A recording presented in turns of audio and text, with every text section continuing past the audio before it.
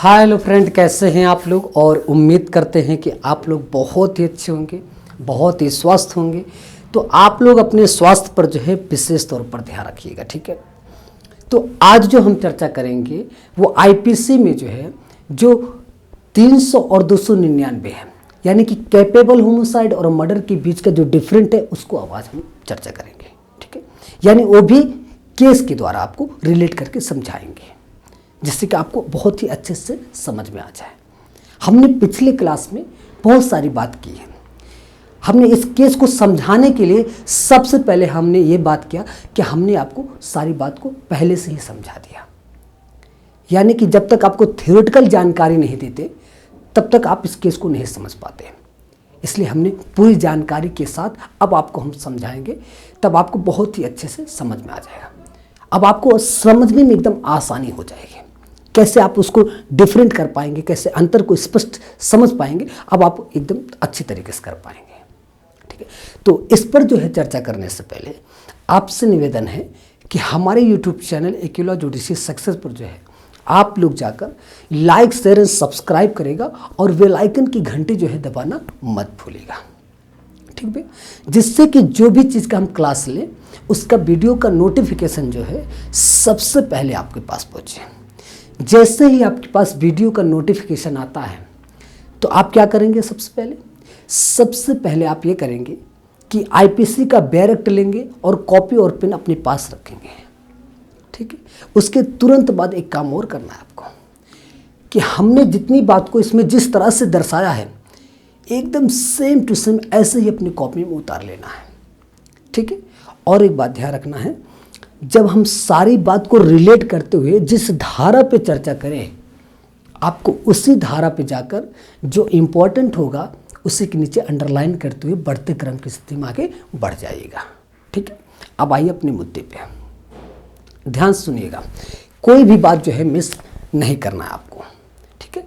देखिए, अगर आपने कोई भी बात मिस किया तो आपका जो कॉन्सेप्ट होगा वो क्लियर हो। जब कॉन्सेप्ट नहीं क्लियर होगा तो ये टॉपिक नहीं समझ में आएगा। इसलिए आपको कोई भी बात जो है मिस नहीं करना है, एकदम ध्यान मग्न होकर सारी बात को एकदम ध्यान से सुनना है, जब आपको बहुत अच्छे से समझ में आएगा, ठीक है। इससे आपका कॉन्सेप्ट भी क्लियर हो जाएगा, ठीक है। चलिए एकदम ध्यान सुनिएगा।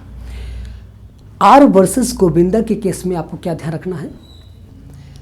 अब देखिए, आपको दिमाग में एकदम रखना है कि 300 और 299 के बीच में जो डिफरेंट है उसी चीज़ को आपको स्पष्ट तरीके से समझना है, ठीक है। आर वर्सेस गोविंदा के केस से रिलेटेड, ठीक है। देखिए, आर वर्सेस गोविंदा के केस में आपको क्या ध्यान देना है कि पत्नी की उम्र जो है 15 वर्ष है। ध्यान सुनिएगा कि पत्नी की उम्र जो है 15 वर्ष है और पति की उम्र जो है 18 वर्ष है। ये बात एकदम कंठस्थ कर लीजिए कि पति जो है वयस्क है, यानी उसकी वयस्कता प्राप्त हो गई, लेकिन पत्नी जो है अवयस्क है, यानी कि वयस्कता प्राप्त नहीं है। यानी कि 15 वर्ष की है पत्नी तो वो अवयस्क हुई, ठीक है, और उसको वयस्कता नहीं प्राप्त हुई। और पति जो है 18 वर्ष का है, यानी कि वयस्कता प्राप्त कर लिया है, यानी कि वो वयस्क हो चुका है, ठीक है। अब ये ध्यान रखिएगा इसमें। अब देखिए, पति जो है अपनी पत्नी को गुस्से में आकर क्या करता है, अपनी पत्नी को एक लात खींच के मारता है। ध्यान रखिएगा, पति अपनी पत्नी को एक लात खींच के मारता है। अब उससे भी दिल नहीं भरा तो ऐसे ही मुक्का बांध के अब अपनी पत्नी को कई घूंसे मारा। मतलब एक घूंसे नहीं, कई घूंसे मारा। अब एक तो पहली बात, आपने पत्नी को मारा, वो भी लात से मारा। उसके बाद दिल नहीं भरा तो आपने कई घूंसे भी मारे। अब सोचिए, कई घूंसे लगने के बाद वो खड़ी हो पाएगी? नहीं खड़ी हो पाएगी। अब वो तुरंत जमीन पे गिर जाती है और उसके बाद भी दिल नहीं भरा पति का तो उसके वक्ष पर घुटना रख कर उसके मुंह पर घुस्सा पात के ऐसे और कई घूंसे मारा। एक घूंसे नहीं कई घूंसे मारा, जो कि उसके मस्तिष्क से क्या हुआ, रक्त बहना शुरू हो गया। जैसे ही ब्लड बहना शुरू हुआ, अब सोचिए पत्नी, रक्त जब बहेगा मस्तिष्क से, वो भी आप ध्यान रखिए, अगर हम अपने आप को एक भी मुंह का खींच के मार ले अपने एक गुस्सा, तो दांत तो टूटना डेफिनेटली है, नहीं तो नाक तो टूट ही जाएगा। ठीक, एक मुक्के से मात्र, और कई मुक्के अपने आप को मार लो तो मेरे थोबड़े का नक्शा ही चेंज हो जाएगा। ठीक है, अब आप ध्यान रखिएगा, लात, पति ने पत्नी को लात तो मारा, दिल नहीं भरा, तो क्या हुआ, उसके कई घूंसे मारा, और कई घूंसे मारने के बाद जब गिर गई पत्नी, और उसके बाद गिरने के बाद तब भी दिल नहीं माना इनका, उसके वक्ष पर जो है बैठकर, उसके घुटने रख कर वक्ष पर, अब सोचिए जैसे ही घुटने पे वक्ष ऐसे जो है घुटना ऐसे करके वक्ष पर जैसे ही रख के और कई घूंसे खींच के अपने उसके मुंह पे जो है कई घूंसे मारे। अब एक घूंसा मारे तो ठीक, कई घूंसे मारे। अब मस्तिष्क से ब्लड आना यानी रक्त बहना, मृत्यु कारित हो गई। ठीक है, अब आपको ध्यान ही रखना है एकदम कि हमने जो पिछले क्लास में पढ़ाया है सारी बात को ध्यान में रख के चलिएगा। अब आपको समझ में आता होगा इसके डिफरेंट को।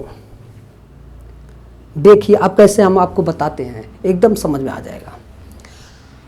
अब ये मामला जब मृत्यु हो गई यानी मृत्यु कारित हो गई, डेथ हो गया उस पत्नी का। ठीक है, अब ये मामला जो है निचले न्यायालय में गया। जब निचली न्यायालय में गया तो इस मामले को हत्या सिद्ध कर दिया गया। ध्यान रखिएगा, इस मामले को हत्या सिद्ध कर दिया गया।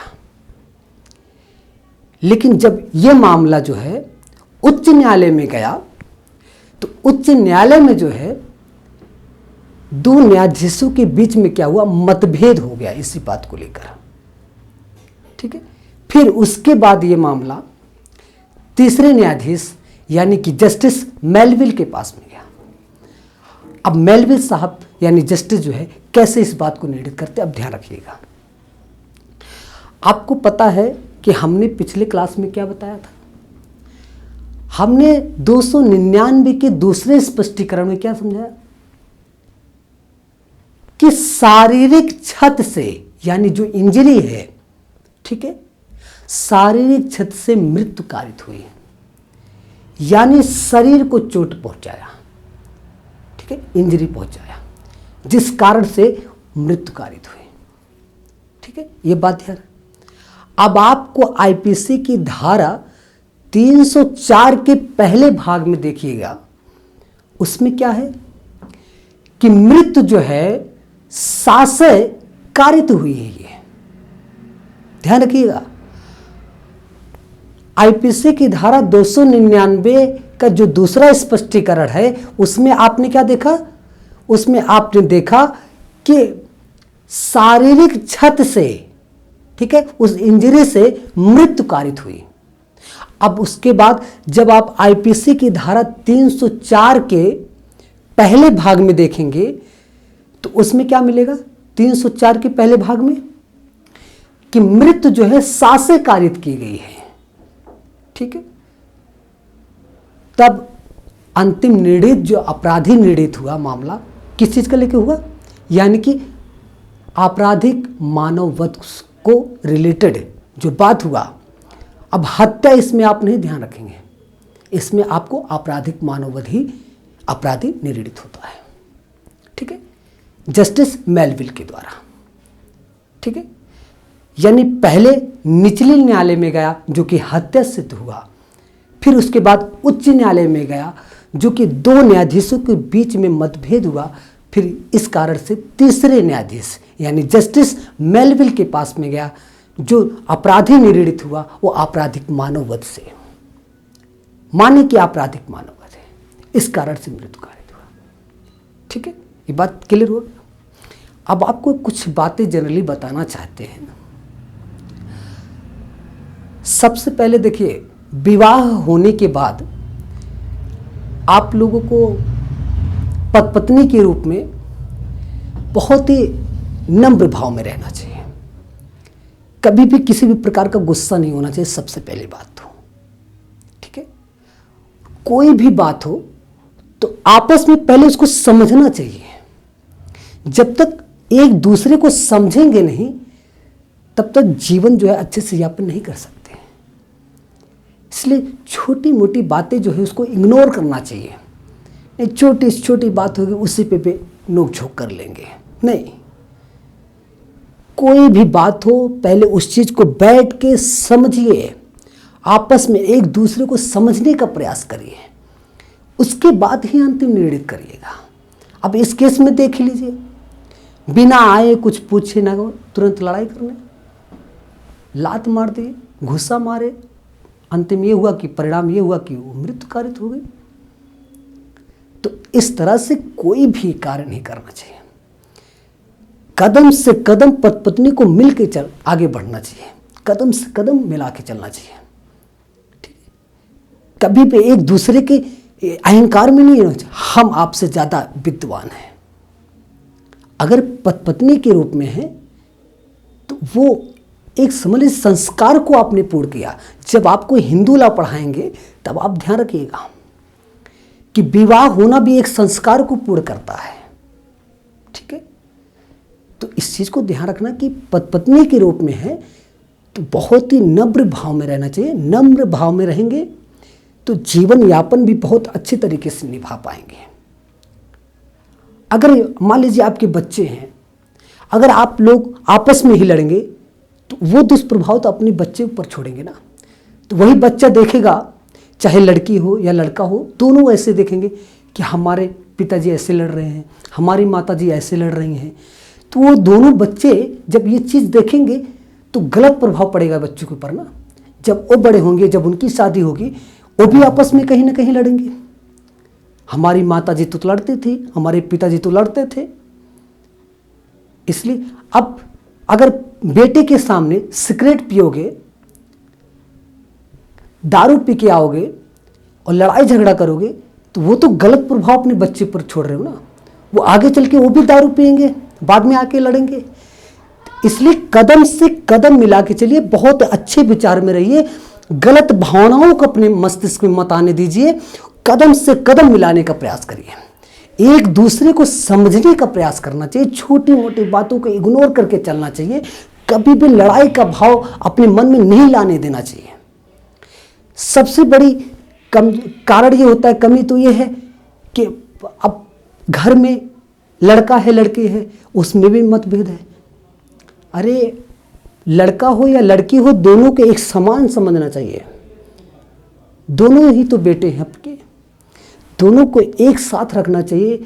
अगर बेटी पढ़ना चाहती है तो उसको भी पढ़ाओ, बेटे को भी पढ़ाओ, एक समान समझो, ठीक है। तो बहुत सारी बातें सर्व समाज को एकदम एक करके चलना चाहिए, कभी भी आपस में टकराव की स्थिति नहीं होना चाहिए, ठीक है। तो कुछ चीजें हैं कि उस चीज को बदलना पड़ेगा आप लोग को, ठीक है। हर एक चीज को आपको बदलना पड़ेगा। अगर इस देश की मान सम्मान और गरिमा को बनाए रखना है तो आपस में बहुत कुछ चेंज करना है, ठीक है। इसलिए लड़कियों को भी उतना ही सम्मान दीजिए जितना अपने पुत्र को देते हो, जितना अपने बेटे को देते हो, ठीक है। एक समानता की कदम से कदम मिलाने का प्रयास करवाइए कि दोनों एक साथ में रहें, जब भी इस देश की उन्नति हो सकती है, अन्यथा इस देश की उन्नति नहीं हो सकती है। जब तक एक साथ लोग खड़े होकर नहीं आएंगे एक साथ में अपने देश के प्रति, तब तक अपने देश की कमजोरी ही होगी। अगर देश की उन्नति बढ़ाना है तो सर्वोच्च स्तर पर लाना है तो सबको एक साथ खड़े होकर कदम से कदम मिला के चलना है, तब ये देश हमारा देश नहीं, सर्वसम्मति रूप से ये देश हमारा सर्वोच्च कहलाएगा है, ठीक है। तो इसी के साथ इस क्लास को हम यहीं पे विराम करते हैं और फिर हम मिलेंगे नेक्स्ट टॉपिक के साथ में, यानी कि हम टॉपिक जो चर्चा करेंगे विद्वेष का अंतरण। तो इसमें आपको हम अपवाद से रिलेटेड भी चर्चा कर देंगे, ठीक है। तो जाते जाते आप लोग जो है लाइक शेयर सब्सक्राइब करेगा और बेल आइकन की घंटी जो है जरूर दबाइएगा। इसी के साथ चलते हैं। जय हिंद, जय भारत।